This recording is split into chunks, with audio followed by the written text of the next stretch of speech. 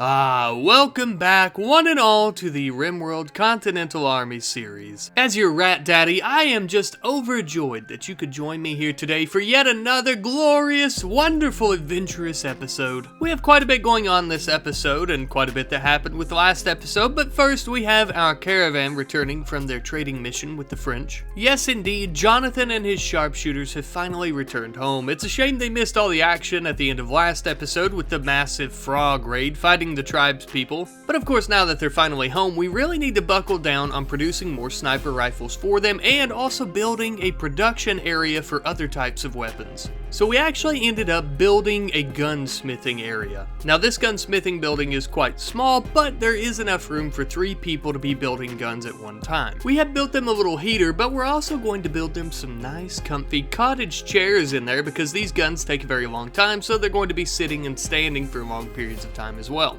And we want to make sure they don't bruise their little tushies, yeah. But now, as we're working on our defenses and weapons and whatnot, I also thought maybe it's about damn time we finally start sprucing this place up. I had commissioned a grand sculpture be made quite a while ago, and it was finally finished, so I said let's put that in a good little spot and plant some bushes around it. It turned out pretty gorgeous, I would say. But having some gorgeous decor in our roads is only going to take us so far if those roads are dirty, muddy, horse shit filled roads still. We're building sniper rifles for God's sake, but we haven't put down any decent roads. So we did. We began building some beautiful marble cobblestone streets along with some slate tile sidewalks. And of course, though, all this road building went on simultaneously with our weapon production. That's right, baby, we know how to multitask. Now, some time later, we had heard of a component mining work site not too far from our fortification ran by a faction we had yet to meet. However, they had 77 components, which was much more than we were able to mine in our territory. And since we desperately need components for these new types of firearms that we're making, we didn't really give a shit which faction it was. We would come in, slaughter everyone, and take all the components. It just so happened though that we were lucky enough to stumble upon this new faction's mining work site, and this new faction, though I don't really know what they are, a bunch of furries or something, appear to be some type of vassal state or something to that effect of the British Empire. So in other words, we were going to come in, pillage them, kill them, and take all their shit either way, but it just so happened to work out that they were already our enemies. Regardless of who or what they are, I should say, Jonathan and the others had no problem with shooting these hairy man-beasts right in the face. The large hairy creatures would try to attack us head-on for quite a while, but unfortunately for them, we had slaughtered most of their friends before the others even got there, and eventually they were smart enough to try and run away. After defeating the group of Sasquatch creatures, we went to their base to look for the components, and we couldn't find anything within the base at all. It was completely empty on both sides, in terms of resources at least. However, to the eastern side of the base, we did find where they were actually mining, and thankfully we had managed to find all 77 of the components that were promised to be in this mining worksite. We were beginning to think our information may be incorrect. After traveling deeper into the mine, we actually found a safe as well that had 461 silver within. And of course, 461 silver isn't a lot of silver, but it was a nice little cherry on top of the death pie we cooked up here today. As our caravan was returning home, everything was going so smoothly, so swimmingly back home. I mean, you know, up until the point that it wasn't. Yes, indeed, while the majority of our forces are out, we are now being raided by the British Empire once again. Now, this may not seem like a big deal, especially with the British raid not being that large, but the problem is the majority of our army is still on its way back home, leaving us somewhat defenseless. But the president and his men were brave. They ran to the front entrance to try and slam the doors shut behind them. That way the British couldn't just walk right on through. He immediately began firing mortars at them. If they wanted us, they would have to come and take us. And so they tried, of course, but lucky enough for us, we had enough traps surrounding our bridges that took out the majority of their forces, and after a few more of them stepped on some traps, they decided to flee. And what few remaining of them could walk did get away, unfortunately. However, there were a few of them on the ground who had been hit by the traps, and so we decided to capture them, of course.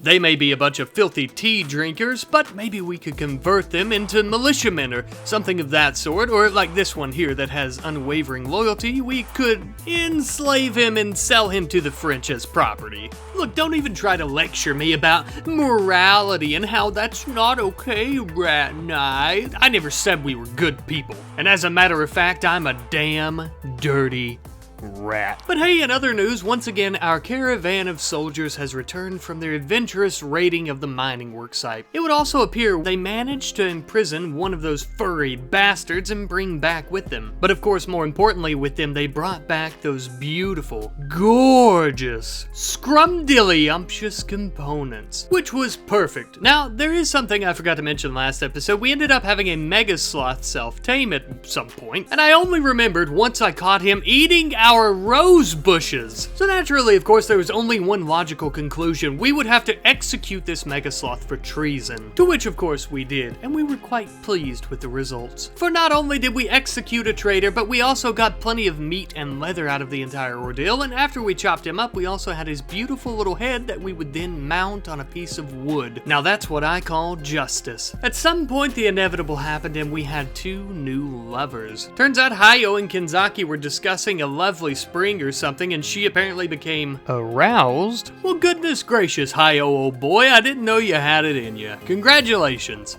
It was at this point, though, I decided that we should probably begin building some bunks or barracks where we can actually have couples and families with babies and whatnot live, so we began building one of the first of those. And I must say, for our first draft of this type of barracks, it seems to have turned out fairly well. Kenzaki and Hayo seem to really enjoy it. It looks nice and comfy in there with their quilted bed. Now all they gotta do is make us some babies. But of course, while they're busy making babies, we have other things to attend to, such as our city streets. Now you may notice that our cobblestone streets are made of marble, and we're running a little bit low on marble as we only have 19 marble chunks on the entire map. Now, because of the lack of marble chunks just lying around, I actually found some marble mountains in the southeastern part of our territory and made some strip mining orders so that we can get more of those chunks, turn those into blocks, and continue our work on our city streets. It was by this point as well, we had finally finished all of our Sharps model sniper rifles, so we had all of our sharpshooter class go in and equip a rifle each. And this did take a very long time, as we knew that it would, even given the fact that we have 3 gunsmithing tables now, but we did finally get it done, and with this, Jonathan's sharpshooters are finally ready. Among their ranks are the bravest, the steadiest of hands, and the most courageous of heart. They are some true red-blooded Americans through and through. Now, speaking of red-blooded Americans, our good friend here, Chase Stewart, 8419, has said that he's been keeping tracks on Cosmic, and hopefully Cosmic survives. I will say, since the beginning, Cosmic has also caught my eye, and he's just one of my favorite soldiers all around. And now recently as well, Sean SM has also petitioned that I, the Rat, make a bullfrog torture division within our ranks.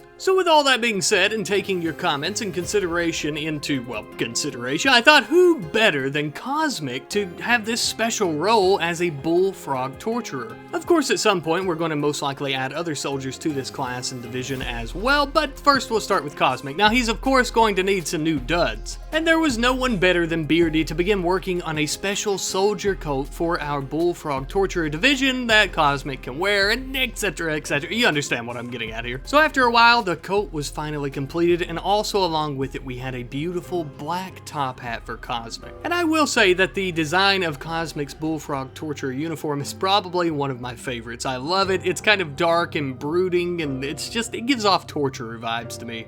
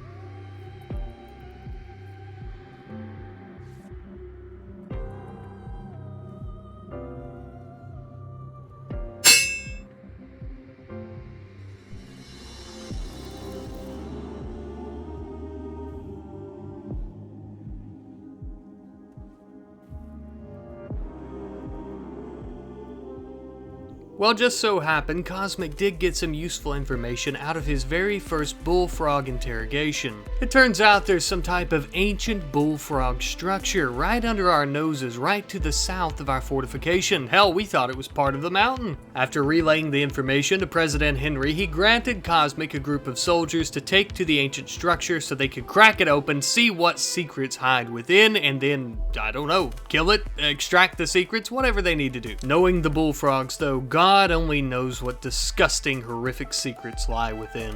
Regardless, though, there is only one way for us to find out.